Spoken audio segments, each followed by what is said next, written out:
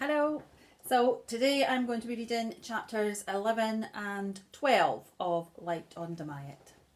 Chapter 11 is called Lessons in the Woods.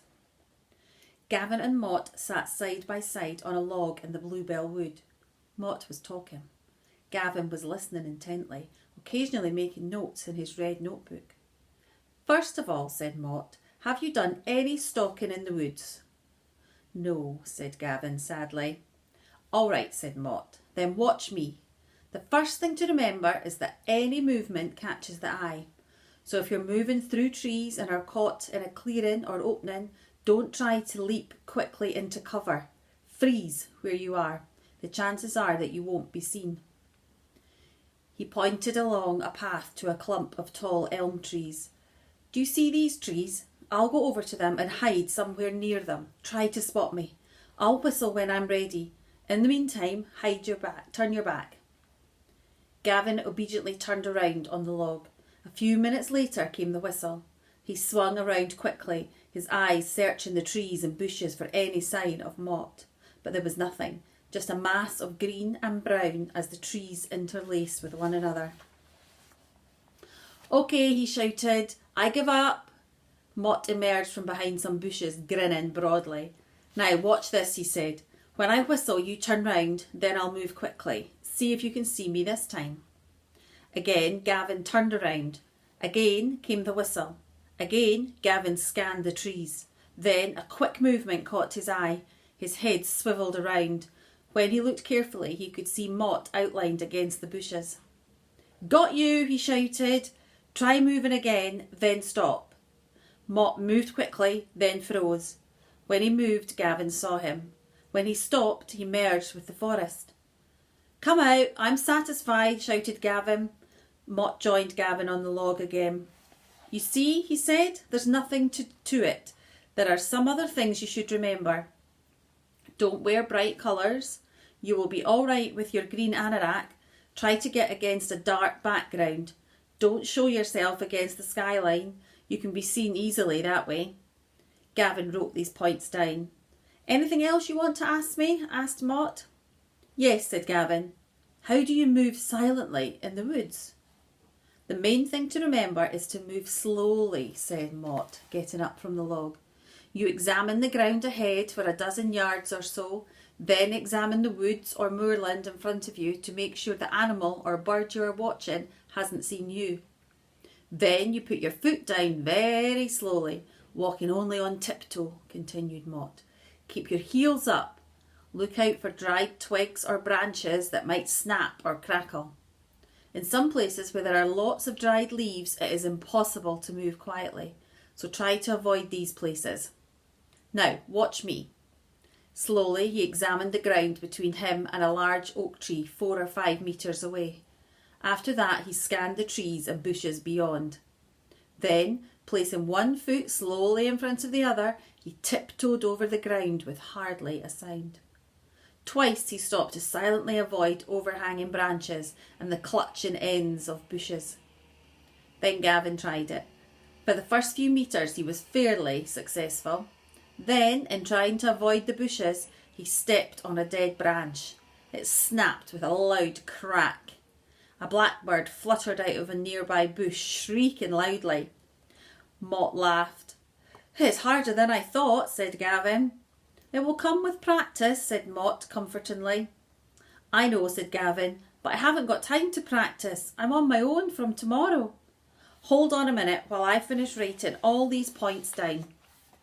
Gavin opened his notebook and jotted down: examine the ground, examine the background, move on tiptoe, watch out for dried twigs and branches, freeze if caught in an open space, wear dark clothes, don't be seen against the skyline. "Well, that's that," he thought. "It should be a help. Now, there are 2 other things," said Mott. "Do you know how to stalk or crawl?" Gavin shook his head. "Watch me," said Mott. He lay down on the ground, then slowly wriggled forward, using the forepart of his arms to lever himself up slightly, then moved each leg carefully and silently forward. In a series of slightly jerky but entirely silent movements, he moved forward. Now you try it, he said to Gavin. Gavin jumped off his log and lay down on the grass and undergrowth. He wriggled forward. At first it was tiring and he kept dragging his legs instead of lifting them up and setting them down quietly. When he glanced back, he had scraped a path through the undergrowth, whereas Mott had left no sign. He practised by himself for a time while Mott perched on the log and commented on his progress. Eventually, Mott said he was satisfied. There are some camouflage rules you should remember, said Mott. Keep watching me. He left Gavin and darted towards a rise in the ground covered in large ferns. He disappeared into them. Gavin watched intently. Then he saw Mott's face looking like a pale disc among the green stalks and fronds of the fern. Mott came trotting back towards him. You saw my face? He asked. Gavin nodded. Watch me this time, said Mott, disappearing into the ferns again.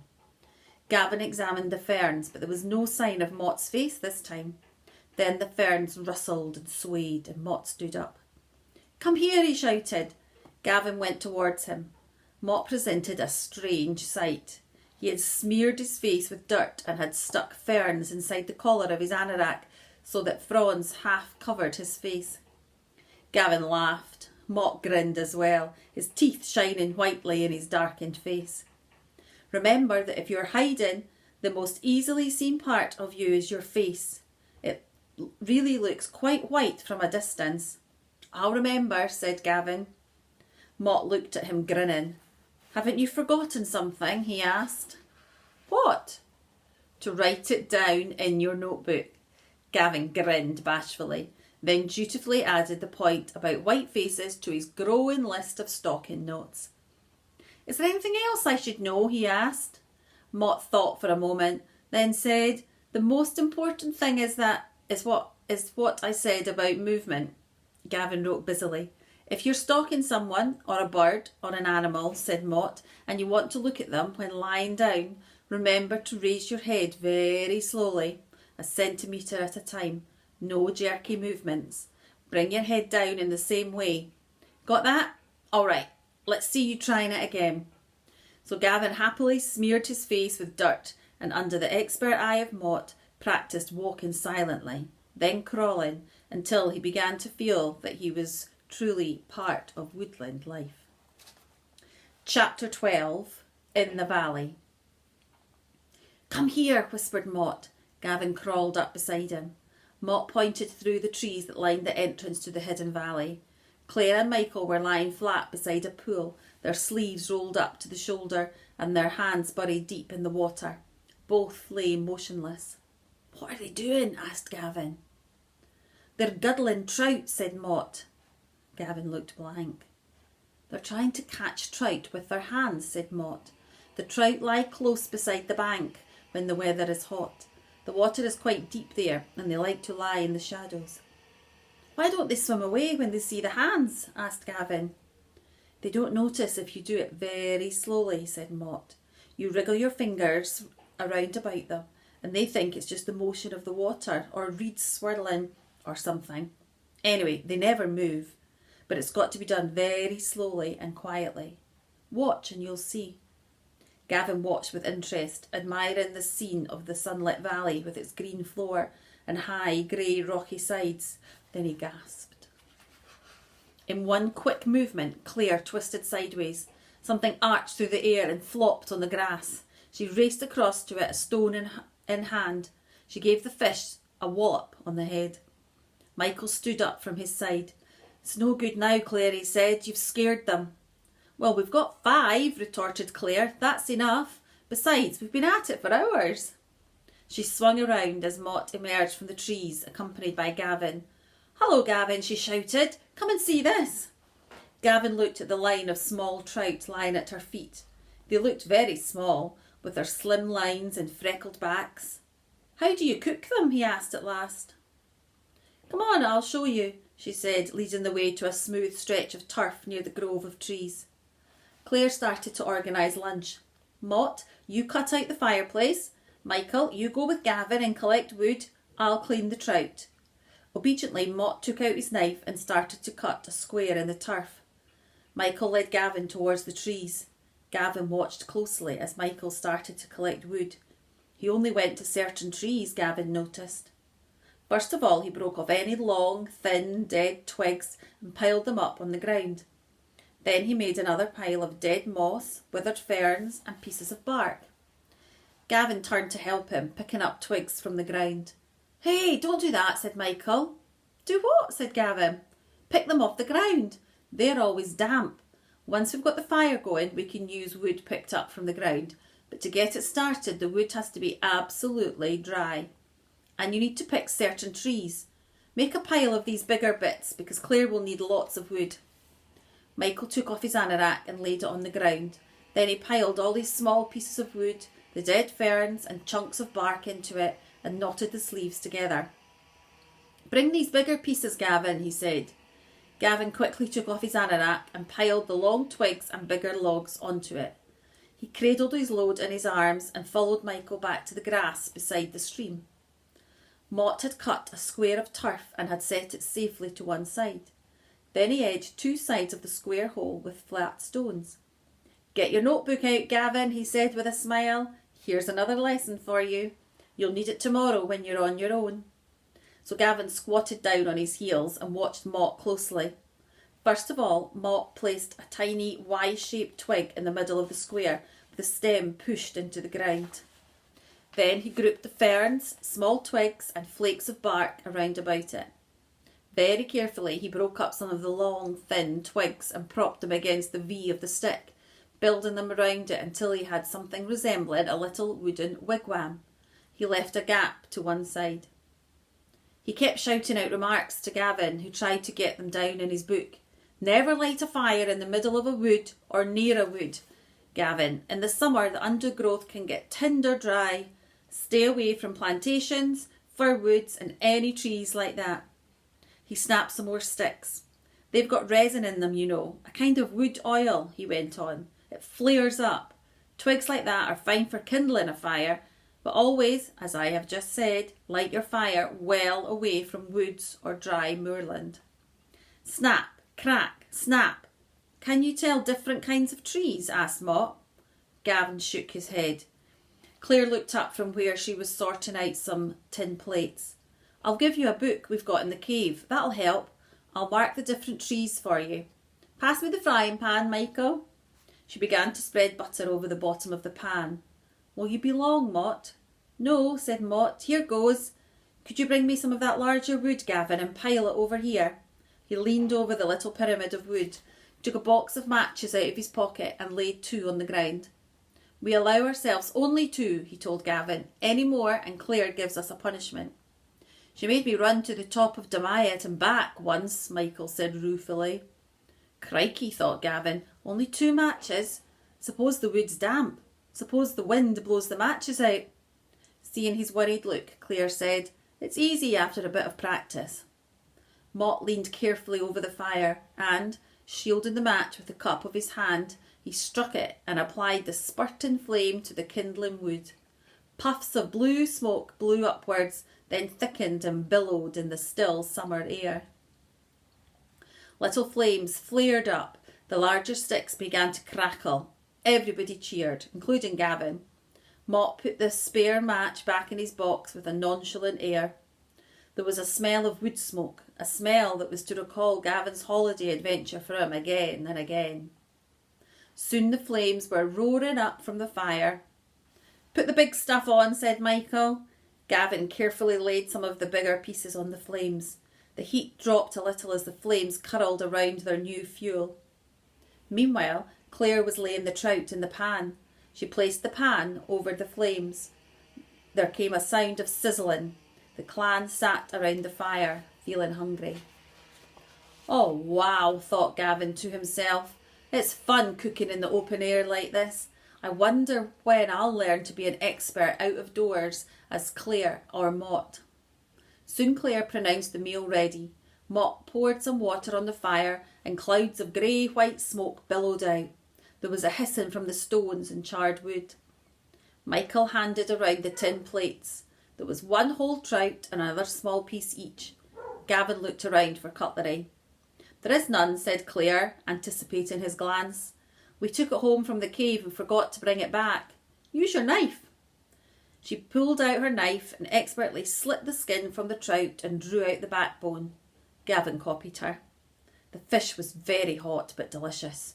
He quickly polished off his portion and filled it with 2 apples provided by Mott. Digging into his rucksack, he produced some cheese and a packet of biscuits that Aunt Elspeth had given him. He handed these around. The clan ate steadily in blissful silence.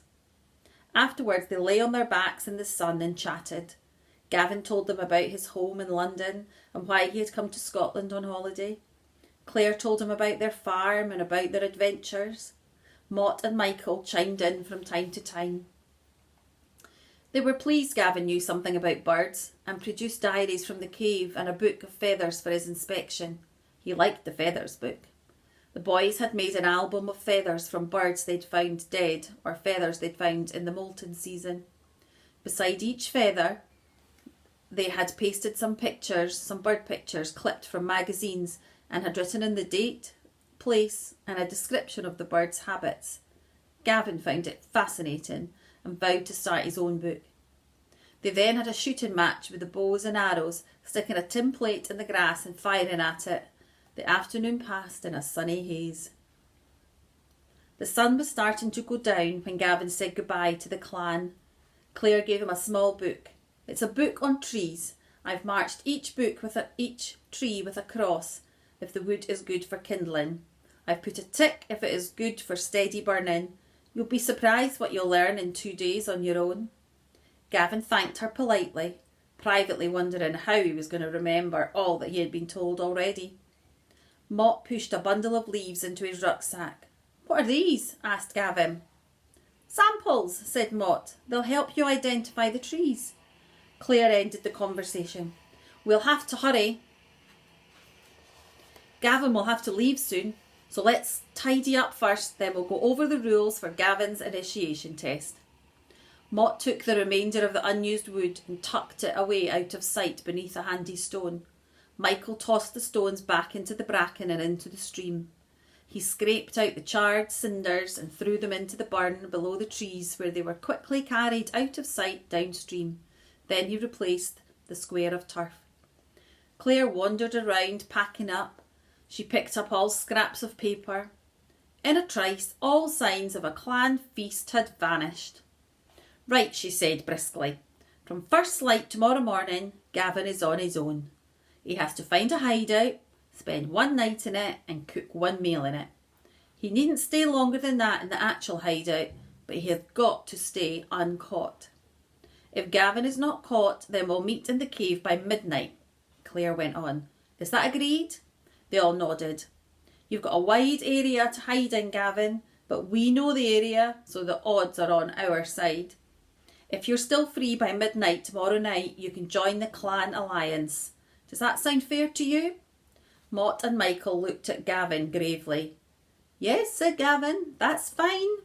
He grinned. "Well," he said, "good hunting." He smiled again. "See you in the cave." Claire snorted. "Don't worry, we'll catch you," she said. She raised her hand in an ancient salute of farewell. As Gavin trotted down towards the Bluebell Wood and the path home, he allowed himself one glance back. He could see 3 heads on the skyline, the feathers on their balmorals silhouetted against the reds and yellows of the setting sun. This time no hands were raised in farewell. The hounds were getting ready for the chase.